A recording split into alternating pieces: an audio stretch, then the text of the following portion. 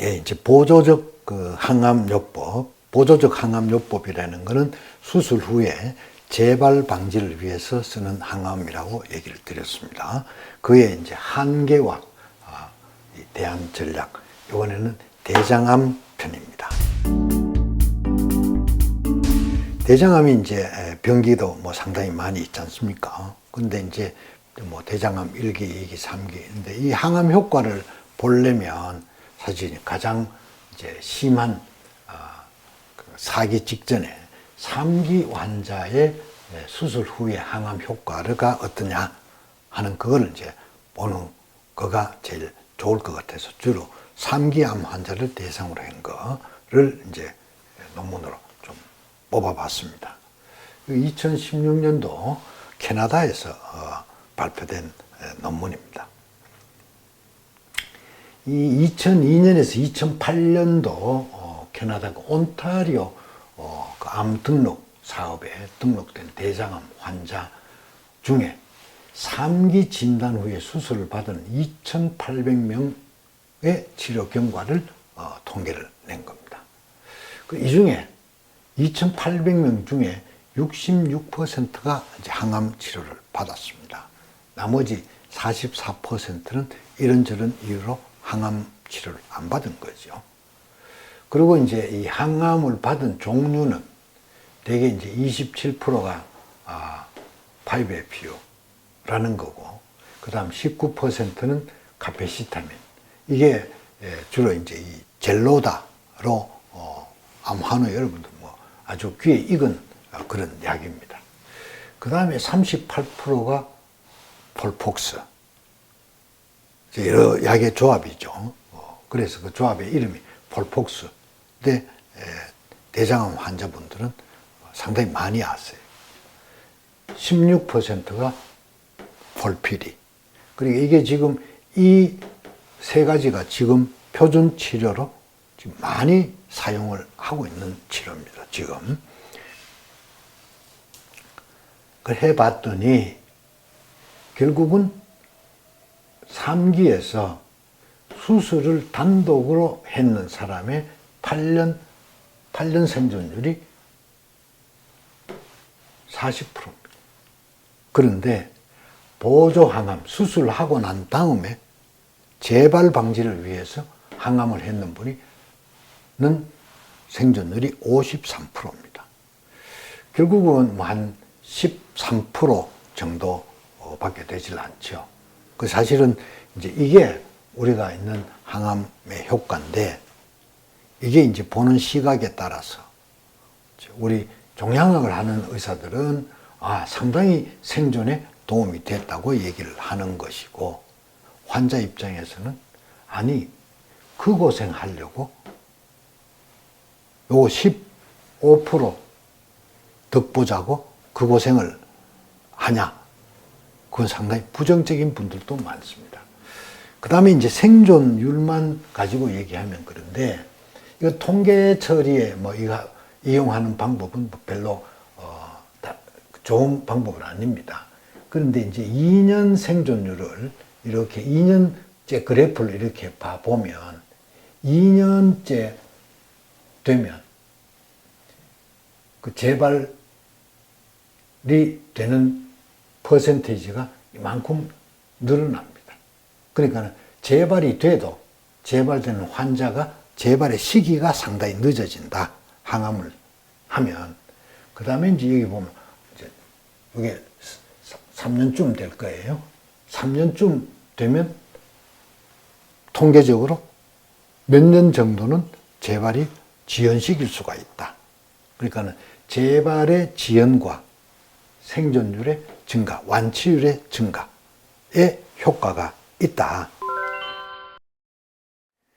그 다음에 이제 다른 하나를 더 보겠습니다. 이건 2001년도 네덜란드에서 발표된 거고, 그 다음에 대장암 2기, 3기 대장암 환자, 직장암 환자 1000명을 대상으로 한 겁니다.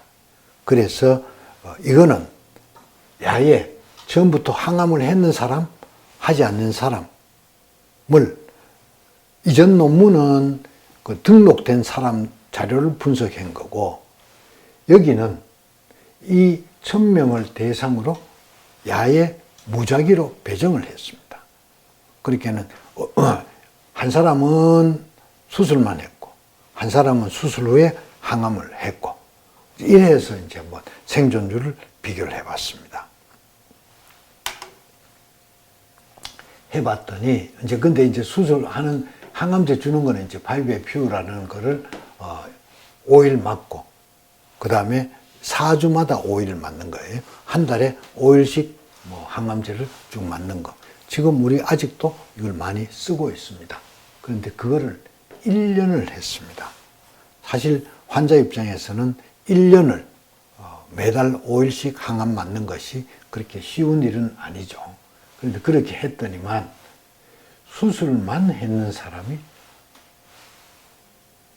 완치율이 70%고, 그건 2기입니다. 대장암 2기가.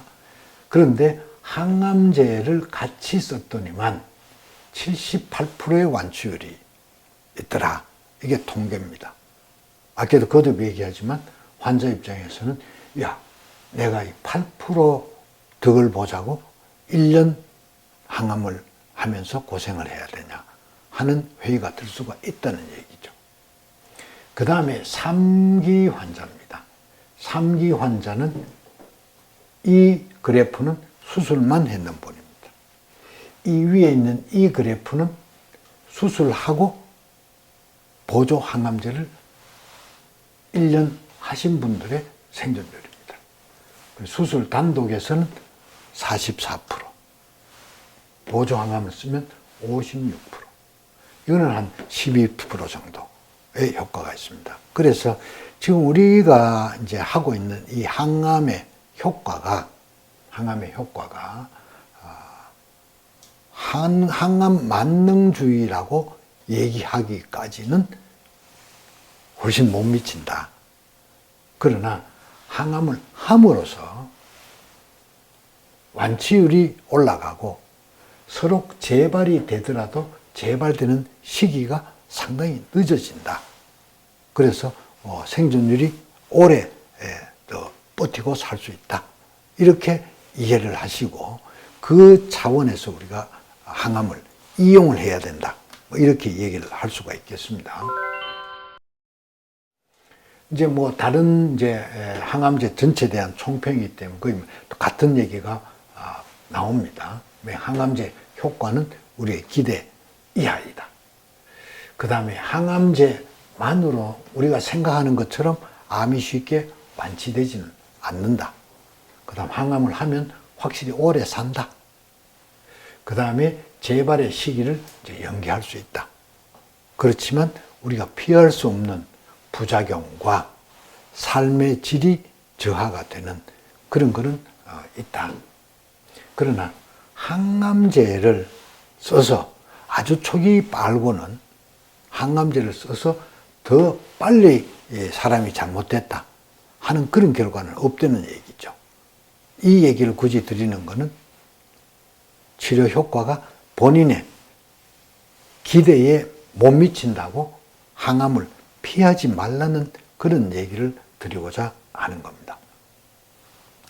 그래서 항암제가 가장 강력하고 근거가 확실한 치료인 것은 분명합니다. 그렇지만 항암제 만능주의를 얘기를 하기에는 흔히 가서 환우 여러분들이 항암제 이외에는 다른 거를 절대 못하게 하는 그런 상황은 아니 되는 거지요. 그래서 그러면 이제 뭐 항암제 그러면은 뭐 필요 없다. 나는 뭐 대처요법 하겠다. 누구는 뭐 병원에서 포기했는데 어떤 거 하니까 많이 좋아졌다고 그러더라. 그런데 귀가 솔깃할 수밖에 없습니다. 그런데 여기서 주의하셔야 될 것이 세상에 더 없는 치료를 본인 스스로가 새로 만들어낸다는 건 굉장히 무모한 일입니다. 어떤 면에서는 세상에 없는 치료로 암이 잘 날 수 있다고 얘기하는 분들도 있습니다만 저는 그거를 굉장히 무모한 선택이라고 얘기를 합니다. 집을 없는 황무지에 집을 새로 짓는 거는 매우 어렵습니다. 그러나 있는 집을 잘 수리하고 보수하고 해서 내가 원하는 방향으로 끌어올리는 것이 훨씬 더 쉽습니다. 현명한 거죠. 그래서 대학병원 치료 효과를 증대하는 그런 방법을 적극적으로 찾으셔라 하는 것이 제가 늘 권하는 얘기고 또 제가 하고 있는 그런 일들입니다. 실제로 지금 현실적으로는 요양병원이나 통합적 암치료 하시는 분들이 상당히 많으세요. 근데 실제 거기서 하는 치료들은 거의 비슷비슷하다고 얘기를 드릴 수가 있습니다. 그런데 이제 이런 효과를 증대하는 방법 중에 대학병원 치료 효과를 방해하면서 하는 거는 그거는 조금 곤란하죠. 그 다음에 공격적인 치료는 피해라.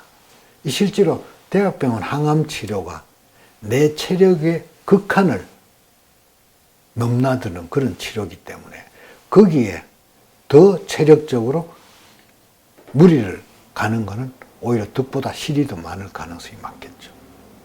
그 다음에 하나는 이 근거가 얼마나 있는지, 그 치료가 얼마나 오래됐는지 하는 것들을 한번 살펴볼 필요가 있습니다. 특히 저는 이 오래된 거에 대한 거를 많이 강조를 많이 합니다. 왜? 여러분 신문이나 광고나 이렇게 보시면 기적의 치료가 매일 나옵니다.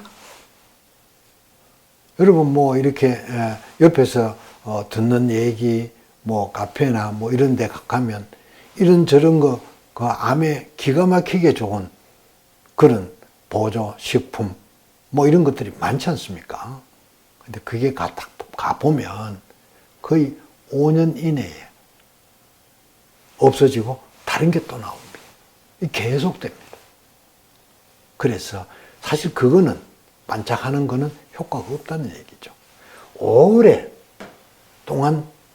사람들이 계속 사용해 온 것은 그 나름 어떤 효과가 있기 때문에 오래 지속이 된다.